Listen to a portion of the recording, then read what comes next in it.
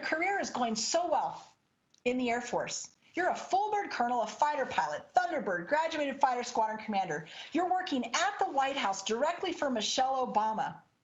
Why aren't you still in the Air Force? How did you end up as a speaker, looking at me through this camera lens, talking to us from what used to be your home gym? I think it's a fabulous question. Here's the thing. I love being with all of you, and I love what I do right now. But if I could still be in the Air Force wearing my nation's uniform, leading airmen and flying jets, I would. But you see, my military career, this amazing career, came to an end. Overnight, unexpectedly, very unwelcome, and my career ended very unceremoniously. You see, I was actually medically retired against my will. I went out kicking and screaming because I got sick. I got ill. And it wasn't my fault, but it changed my life forever. You see, in about the summer of 2012, I was physically, mentally, emotionally fit, serving as a commander of an F-15E fighter squadron, Seymour Johnson Air Force Base in Goldsboro, North Carolina. It was the middle of the summer, and I started feeling sick, kind of like I had the flu. Little fever, little aches, little pains, little malaise. I went to the doctor. I had a rash on my hip. He said, "It looks like you got a spider bite." He gave me some ointment and sent me on my way. Over the next 3 months, I would experience a lot of increasing neurological symptoms. So I would start having problems reading and writing. I had coordination problems with my right hand and my right leg, word finding problems, memory problems. Things weren't looking good. The Air Force didn't know what to do, so they sent me off to some civilian providers. At that time, they thought, well, we think you have multiple sclerosis. Now I'm thinking, how do I keep my career? And I thought, well, if I can't fly airplanes in the Air Force, maybe they'll keep me because I could still lead airmen. But I became a bit of a medical mystery because I didn't fit the multiple sclerosis. Over the next 4 years, my symptoms would wax and wane, and each time they would increase in intensity. The flares would happen more and more often. The doctors couldn't figure it out. At my worst, my list of symptoms was 63 long, covering every single system in my body. I made no sense. It was confusing to me. It was confusing to the doctors. While working for Michelle Obama in 2015, towards 2016, I woke up one morning at my house, and I was locked in. I couldn't move. I couldn't talk. I don't know how long that temporary paralysis lasted, but I will tell you this, it was very, very scary. To the Air Force's credit, they tapped out and sent me to some brilliant civilian doctors at Massachusetts General Hospital in Boston, Massachusetts, who figured it out. They diagnosed me, began treatment, and I started my recovery.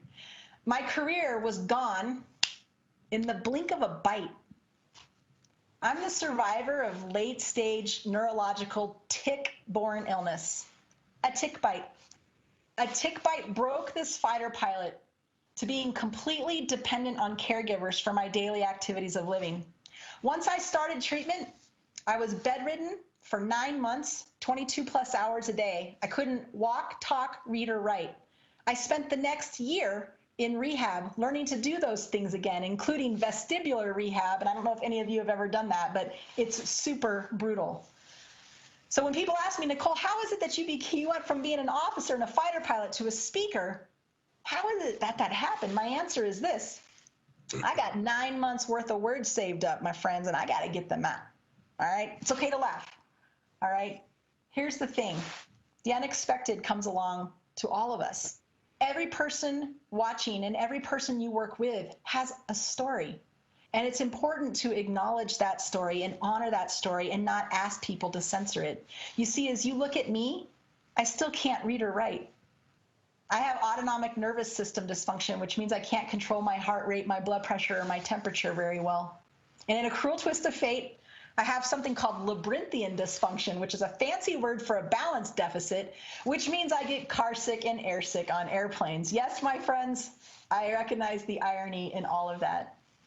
But I remembered as I was sitting there during those 2 years of treatment and recovery, bedridden and housebound, they emailed me my retirement certificates or sent it in the mail. I didn't even have a retirement ceremony. Pretty amazing 21 plus year career and didn't even have a retirement ceremony. And I was feeling sorry for myself. I can't walk, talk, read, write. I lost my identity. I lost my ability to fly planes. I lost my means for providing for my family. Who am I if I'm not wearing this uniform? Who's going to hire me? And then in that moment, these words came into my head, and I hope that you'll remember these 3 words and you'll utilize them, especially as we get through 2020. I said to myself, Nicole, you have to yield to overcome. Yield to overcome isn't about quitting, surrendering, or giving up. Yield to overcome is about accepting the unexpected in the headwind and asking yourself the right questions. I wasn't asking myself the right questions. The real question is, what is it that you can do, Nicole?